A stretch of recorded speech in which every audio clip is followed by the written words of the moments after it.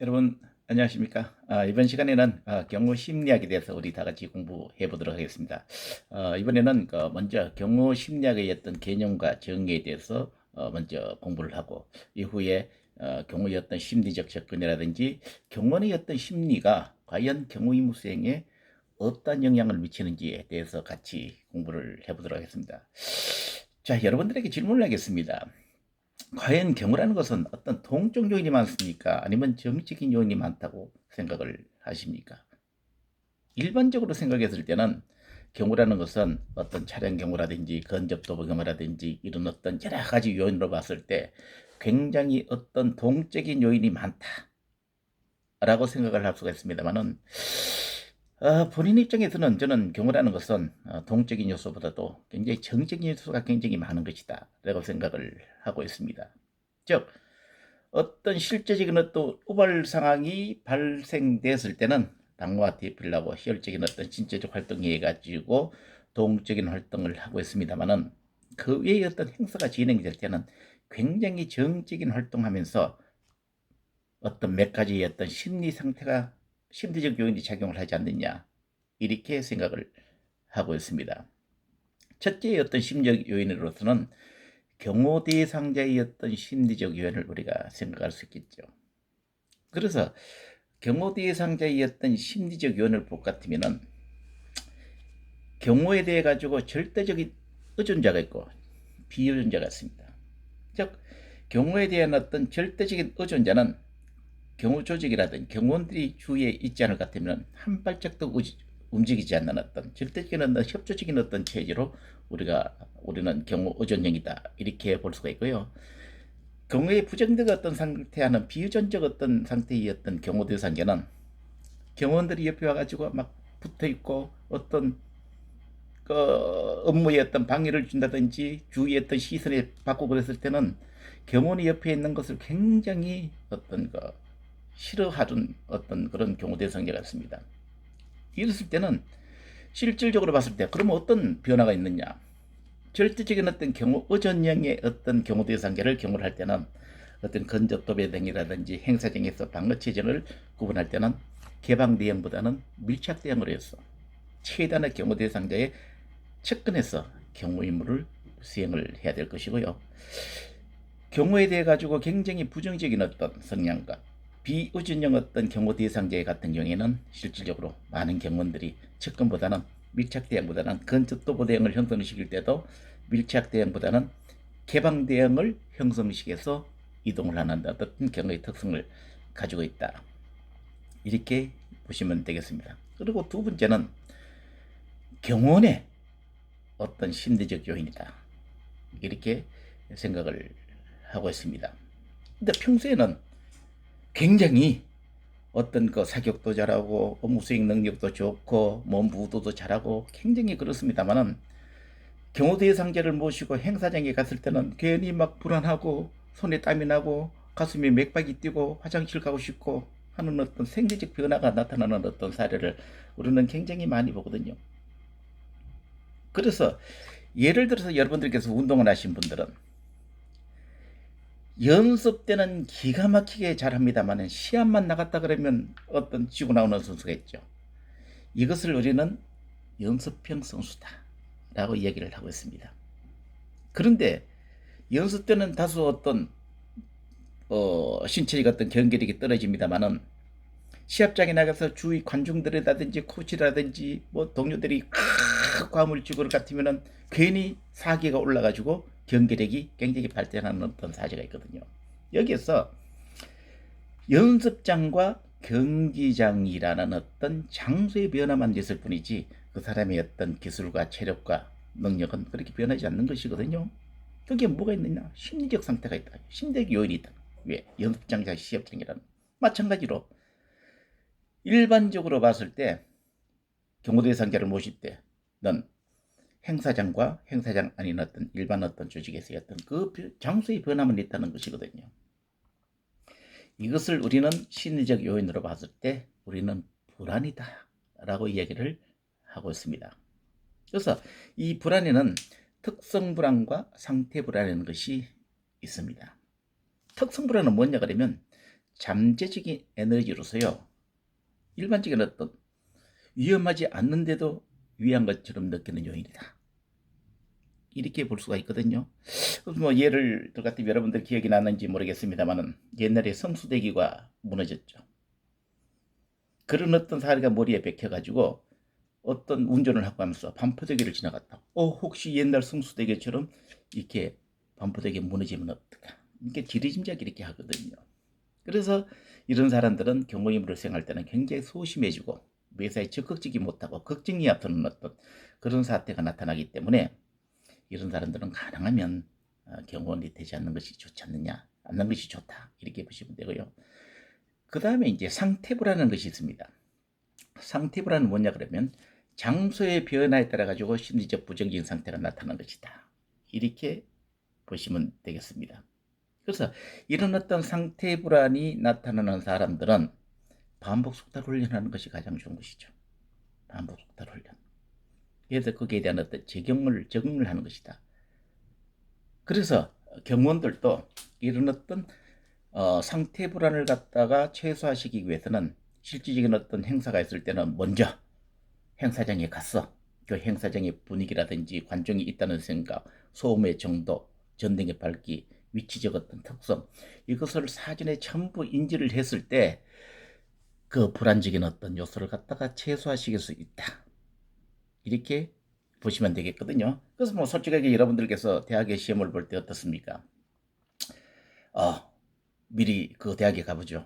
내가 실기 시험을 본다. 여기에서 이제 뭐 실기 시험을 보기 때문에 저기에 그 심사원들이 앉고 그다음에 내가 시험을 보거나 하는 그 장소에 대한 어떤 특성적 성향을 우리가 머리에 인지를 했을 때는 실제적인 어떤 시험 때는 굉장히 우리가 마음의 안정을 찾을 수 있지 않느냐 이렇게 생각을 하고 있습니다. 그래서 이런 어떤 반복 숙달 훈련은 다분한 어떤 경험적 행사의 경험적 요소에서 나타나는 것이다 라고 여러분들께서 보시면 되겠습니다. 세 번째는 어떻습니까? 범인의 심리죠. 범인의 심리. 결국은 경우라는 것은 두뇌 경우의 원칙이 해가지고 범인과 경호원의 어떤 두뇌 싸움이다. 이렇게 생각을 하시면 좋을 것 같습니다. 그래서 여러분들께서는 항상 상대방의 입장에서 생각하라. 뭐 수업을 할 때 마찬가지고 교수는 학생의 입장이 돼보고 학생은 교수 입장이 되고 이렇게 했을 때 우리 교수님께서는 과연 어떤 생각을 갖고 계실까? 내가 이런 강의를 했을 때 과연 학생들은 어떻게 받아들일까? 이런 생각을 하고 자 그럴 것 같으면은 경호는 누구 입장에서 생각을 하는 것이 가장 이상적이라고 생각을 하고 있습니까? 저는 경호는 일반적으로 여러분 사람에게 물었을 때는 경호 대상자의 입장에서 생각하라. 당연히 그 생각을 해야겠죠. 그렇습니다만은 경호는 뭡니까? 범인과 각종 위해자로부터 경호 대상자를 안전하게 보호를 해야 되기 때문에 내가 만약에 범인을 같으면 어디에다가 폭탄을 숨길 것이고 어디 몇 시 방향에서 어디에서 공격을 할 것이고 한다는 어떤 그런 생각을 가지고 하기 위해서는 경호원들은 누구 입장에서? 범인의 입장에서 생각했을 때는 훨씬 더 효율적인 어떤 방어 체제를 구축할 수가 있지 않느냐 이렇게 생각을 하고 있습니다. 자 그러면 네 번째는 뭘까요? 네 가지 어떤 누구의 어떤 심리적 요인이 발동을 하겠습니까? 바로 군중의심이라는 것입니다. 군중의심.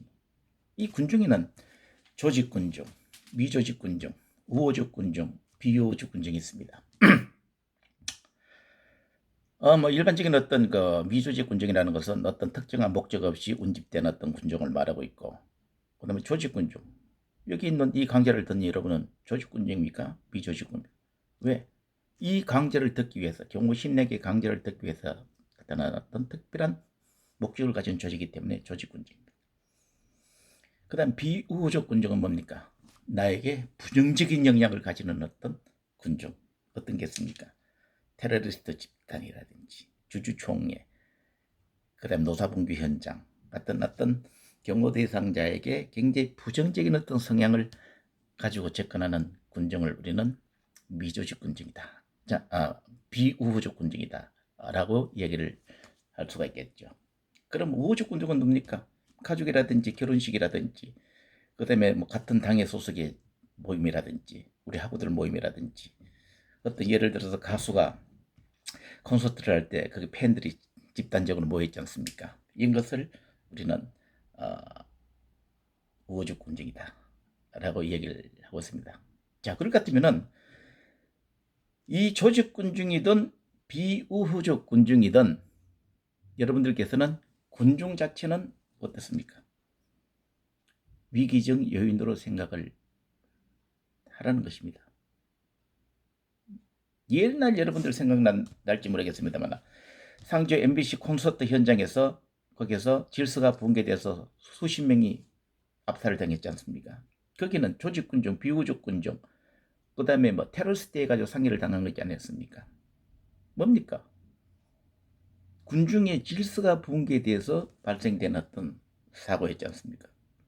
예를 들어서 콘서트 현장에서 내가 좋아하는 가수가 나왔을 때 어떻습니까?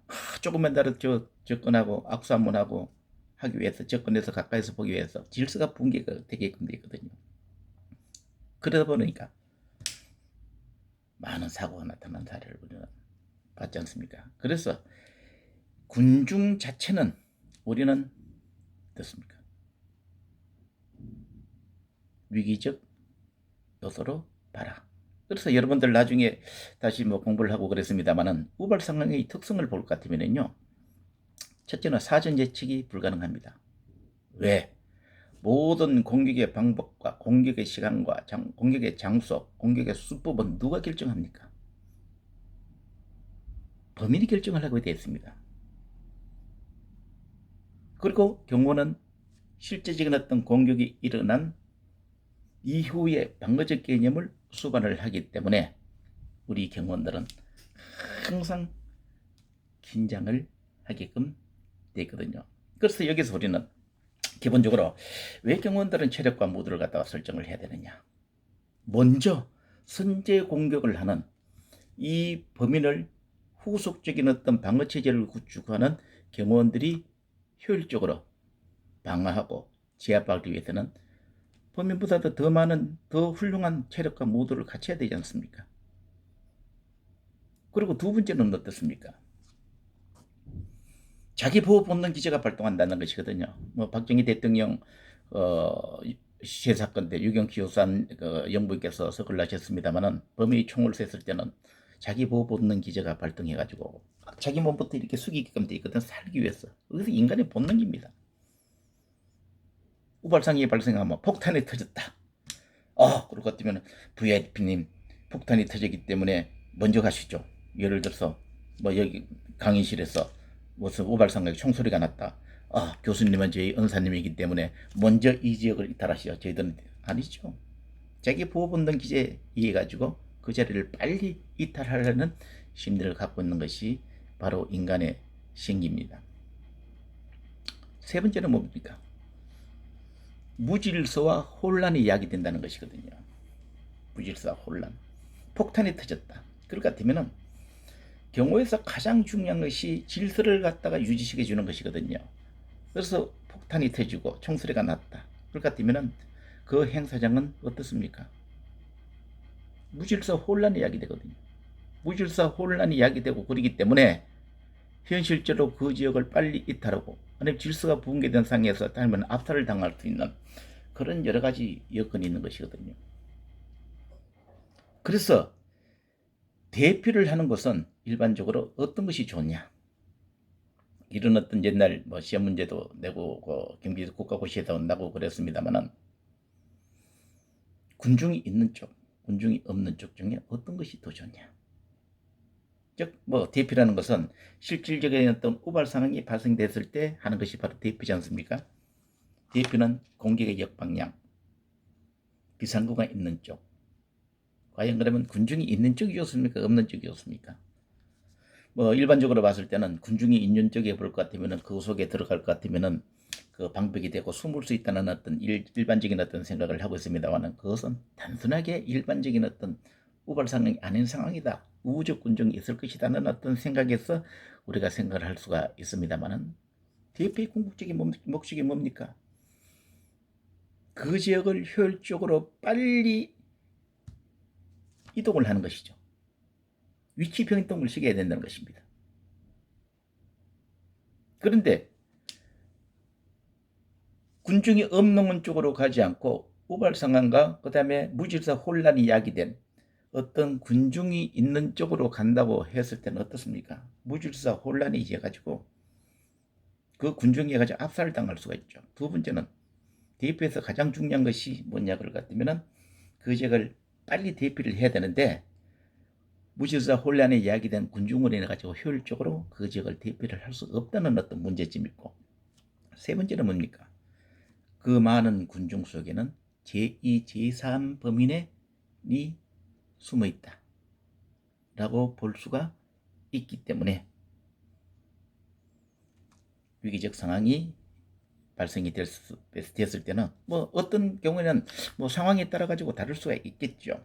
그렇습니다만 군중이 있는 쪽보다는 군중이 없는 쪽으로 효율적으로 대피하는 것이 가장 이상적이다. 그리고 우발상의 특성 중에 마지막이 즉각 조치가 요구되는 것이죠. 그래서 이 즉각 조치는 뭐 여러분들 아신지 모르겠습니다만 우발상은 대형기업법과 SC 원칙. 그래서 경우라는 것은 위기적 상황이 발생됐을 때 범인을 제압하는 것이 궁극적인 목적이 아니고 효율적으로 방해해서 그 지역을 이탈을 시키는 것이라. 뭘 위해서? 양동작전과 제2, 제3 공격으로부터 경호 대상자를 안전하게 보호하기 위해서는 그 지역을 효율적으로 이탈해야 되거든요. 이런 어떤 네 가지의 어떤 심리적 요인, 즉 경호 대상자의 심리적 요인, 경호원의 심리적 요인, 범인의 심리적 요인, 그 다음에 군중의 심리적 요인, 이 네 가지의 심리적 요인으로 인해 가지고 이루어지는 것이 바로 경호 행사다. 이렇게 여러분들께서 이해를 하는 것이 가장 바람직하지 않나. 그래서 경호라는 것은 어떤 전체 요인 중에서 한 행사가 이루어졌을 때는 전체 행사의 80% 이상이 70%에서 80% 이상이 어떤 범인과 경호원과 경호 대상자와 주의 군중과 이루어지는 어떤 심리적 요인에 이루어지는 것이다. 이렇게 여러분들께서 생각하실 것 같으면 이런 시큐리티 심리학, 즉 시큐리티 사이콜로지, 즉 경호 심리학이 얼마나 중요한 어떤 학문으로 전개되는지 여러분들이 다시 한번 생각할 필요가 있지 않느냐라고 생각을 하고 있습니다. 그래서 과연 이제 심리학이라는 것이 과연 언제부터 이제 태동을 했느냐 볼 같으면 심리학이라는 것은 19세기 말년부터 우리가 생각을 우리가 하고 있는데 그 심리학의 어떤 독자적 연구 시작은 1879년도 독일에서 심리학의 실험이 어떤 창설됐는데 원천은 인간의 어떤 정신세계도 마음의 변화를 일으키는 일반적인 논리가 법칙을 찾아냄으로써 보다 잘 이해하고 예측할 수 있다는 어떤 생각을 가지고 있는데 이 심리학에는 결국은 뭐냐? 심리학은 철학적인 개념과 피직 정신적인 사이코라는 어떤 정신적인 로고스라는 거, 즉 심리라는 사이코라는 어떤 정신적인과 로고스라는 연구를 합해서 그래서 심리학을 우리는 사이콜로지다 이렇게 얘기를 하고 있습니다. 그래서 어떤 심리적인 어떤 심리학의 발전 단계를 볼 것 같으면요, 제일 먼저는 구성의 어떤 심리적 상태, 의식, 정신, 마음을 갖다가 이렇게 했습니다. 아리스토텔레스, 너 자신을 알라. 스피노자, 나는 내일 인생의 종말이 올지라도 한 그루의 사과나무를 심겠다. 데카르트, 이히 댕키 알조비니히, 나는 생각한다, 고로 존재한다. 즉 생각 그 자체만으로 우리가 인간의 어떤 그 생존과 이것을 갖다가 인지를 했습니다만은, 그건 어떤 굉장히 철학적이면서 굉장히 좀 현실적으로 좀 뭐 부합되지 않는 것이라고 생각을 하고 있습니다. 그래서 저는 뭐 너 자신을 알라, 뭐 왜 데카르트가 왜, 당신 여러분들은 어떻게 생각하시고 내일 세상에 종말이 올 것 같으면 한 그루의 사과나무를 심겠습니까? 여러분들은 과연 내일 종말이면 뭘 하시겠습니까? 이것은 그 사람들의 개인적인 어떤 사고다. 이 세계적인 어떤 철학자들은 이런 생각을 했지만은, 과연 나는 어떤 사고를 가지고 여기 접근할까? 나는 어떻게 심리학을 정의할까? 생각하는 것도 굉장히 중요하지 않을까라고 생각을 하고 있습니다. 다음은 이제 그 행동주의 어떤 심리학으로 볼 수가 있거든요. 밖으로 나타나는 행동을 보고 그 사람의 행동을 파악하는 것이거든요. 예를 들어서 한 사람이 남다른 사람이 음식 쓰레기를 갖다가 막 이렇게 찾고 있거든요. 저 사람이 왜 찾고 있을까? 음식 쓰레기를 찾는다는 것은 뭡니까? 즉 배고프기 때문에, 음식을 찾기 위해서 그 행동을 보더라도 그 사람의 어떤 심리적 어떤 상태를 가지고 있나, 기근의 상태를 갖다가 우리가 인정을 할 수 있고, 그 다음에 경호원이 일반적인 어떤 상황에서 딸 보고 있다가 경호원을 보니까 눈치를 보고서 확 피한다든지, 저 사람이 왜 우리를 보고 피할까? 눈치를 볼까? 그거 조금 여러 가지겠습니까? 이 옛날에는 눈과 얼굴을 감시하라 이랬거든요. 즉 눈과 얼굴은 뭡니까? 그 사람의 마음의 창입니다. 그래서 인상에 나타나는 어떤 그런 요인을 보고 그 사람의 어떤 심리적 상태, 불안 상태를 갖다 우리가 인지할 수 있는 어떤 그런 상태죠. 즉 행동을 보고 그 사람의 내면적인 어떤 세계를 갖다가 우리가 인지하고 판단하고 할 수 있는 어떤 그런 요인을 우리는 행동주의 심리학이다, 이렇게 얘기를 하고 있습니다. 그 다음에 이제 그 인지심리학에서는 우리는 어떤 그 정신적, 심리적 정신 상태를 검사법으로 우리가 나타내는 것이다, 이렇게 우리가 생각하는데, 이거는 이제 그 마틴 가스퍼르백에서 그 특성 불안과 그 상태 불안 어떤 측정지 같은 것이 있습니다만은, 예를 들어서 경호원에게 어떤 그 인지심리학에서 어떤 심리적 상태가 어떤지를 갖다 물어보겠어. 예를 드는 겁니다. 1번, 당신은 대통령을 모시고 행사장에 나갈 때 어떤 행동이 나타납니까? 1번, 전혀 이상이 없다. 2번, 오줌이 말이 없다. 3번, 맥박이 뛴다. 4번, 안절부절한다. 이렇게 했을 때 뭐 괜찮다는 사람은 괜찮습니다만, 뭐 오줌이 말이 없고, 그 다음에 뭐 손에 땀이 나고, 괜히 불안하고, 그럴 것 같으면 이 사람 심리적 상태에서 굉장히 정상적인 것이 아니구나 해서, 이런 어떤 특성적 성향을 우리는 설문지에가 측정 도구해 가지고 그 사람의 심리적 상태를 찾아내는 것을 우리는 인지심리학적인 측면에서 나타나는 것이다, 이렇게 여러분들께서 보시면 되겠습니다. 그 다음에는 이제 그 현대 심리학에서는 굉장히 행동과 정신관념과 이것을 갖다가 가지고 관찰과 검사해 가지고 나타나는 것이거든요.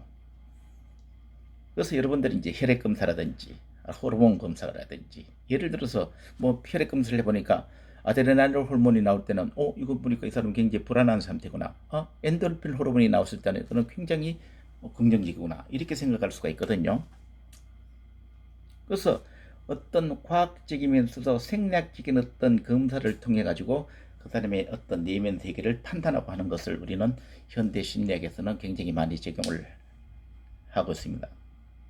그래서 본 교수도 이제 심리학을 해서 이 멘탈 프랙티스 이미지 트레이닝을 해서 제가 그 한양대학에서 의학 박사학위를 받았습니다만은, 저는 이제 호르몬 분석까지 전부를 해봤습니다. 그래서 여러분들 옛날에 뭐 엔돌핀 호르몬에 대해서 굉장히 많은 이야기를 했습니다만은, 저는 그 전에 벌써 엔돌핀 호르몬을 분석해서 찾아냈습니다.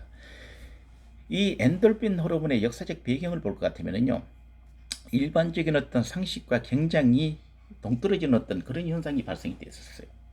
옛날 2차 세계대전 때 어떤 현상이 발생이 됐냐 그러면, 전쟁터에서 중상자와 경상자 중에 누가 더 빨리, 일반적으로 했을 때는, 일반적으로 봤을 때는 어떻습니까? 경상자가 중상자보다도 훨씬 더 병이 빨리 낫지 않습니까? 그런데 보니까 중상자는 병이 굉장히 빨리 나는데 경상자가 병이 나질 않는 거예요. 이상하다 해서 이 생리학자들이 내분비계 등을 분석을 해봤습니다. 여기서 어떤 현상이 나타났냐 그러면, 여러분들 아시다시피 전쟁이 아닌 일반 군 생활을 하신 분들도, 군이라는 것은 외롭고 스트라고 고향에 대한 부모에 대한 어떤 그림이 있습니다만은, 전쟁이라는 것은 어떻습니까? 전쟁이라는 것은 죽음에 대한 공포심, 그 다음에 고향에 대한 그리움, 외로움, 고통, 이런 어떤 부정적인 요소가 전부 포함되는 것입니다. 그래서 다리가 잘라지고 팔이 잘라진 이 중상자들은 이제는 이 다리가 잘라지고 팔이 잘라졌으니까 저 고통스러운 전쟁터에 다시 가지 않고 부모 형제가 기다리는 고향으로 갈 수 있다는 굉장히 긍정적인 생각을, 좋은 생각을 했다는 것이거든요.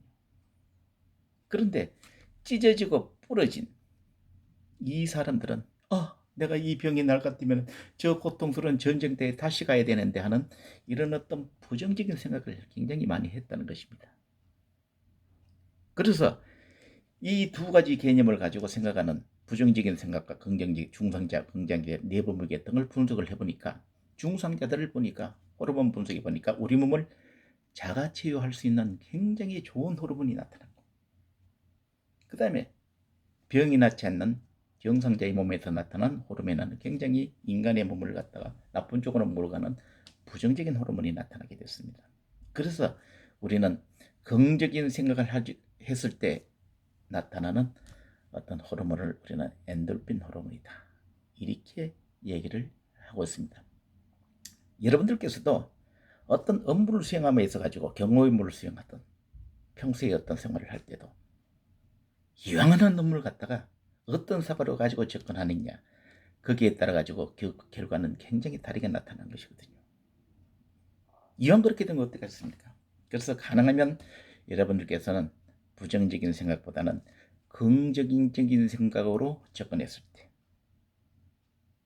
굉장히 어떤 그 결과가 좋게 나타나지 않느냐라고 생각을 하고 있습니다. 그래서 저는요, 민간 경호 회사라든지 다른 업종에 굉장히 특강을 많이 나가고 있습니다만, 제가 민간 경비 업무를 수행하는 경비원들 특강을 나갔습니다. 자, 여러분들께서는 어떤 것이 가장 힘듭니까? 일반적으로 생각했을 때는 경비원들은 보수가 적다, 장래가 보장되지 않는다, 그 다음에 개인적인 시간이 없다, 그 다음에 일반적인 국민의 어떤 그 시야가 그렇게 좋지 않다라고 생각합니다만, 그렇게 생각할 수 그것도 있겠죠.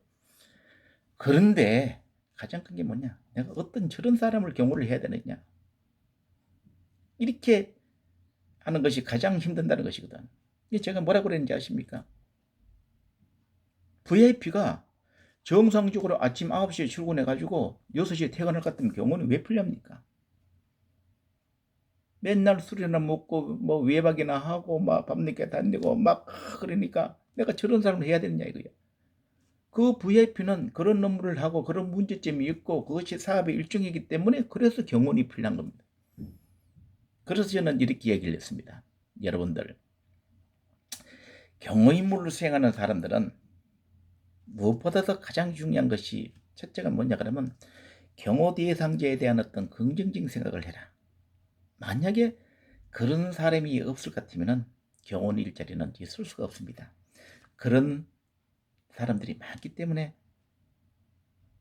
훨씬 더 여러분들 일찍 많지 않느냐, 저는 그렇게 생각을 하고 있습니다. 그래서 어떤 경호원들은 가장 중요한 것이 업무를 수행하면서 가지고 굉장히 약주거리게 하는 것이죠. 밤샘을 할 수 있겠고 뻗치기도 할 수 있고, 그 다음에 굉장히 외롭게 할 수가 있고 주말을 갖다가 소비할 수 있는 어떤 여러 가지가 있고 그렇습니다만은, 이런 어떤 여러 가지 어떤 나타나는 어떤 요인들을 우리는 가능하면 부정적인 생각보다는 긍정적으로 접근했을 때는 그 업무를 갖다가 효율적으로 수행을 하고 그다음에 여러분들의 업무 자체가 굉장히 좀 이렇게 즐겁고 유익하고 보람찬 생활을 하지 않을까 생각을 하고 있습니다. 그래서 공예에서는 어떤 의미에서는 행동적인 어떤 요인도 굉장히 중요합니다만은 심리적 요인이 굉장히 중요하다는 것은 여러분들께서는 꼭 인지를 하셔야 될 것 같습니다.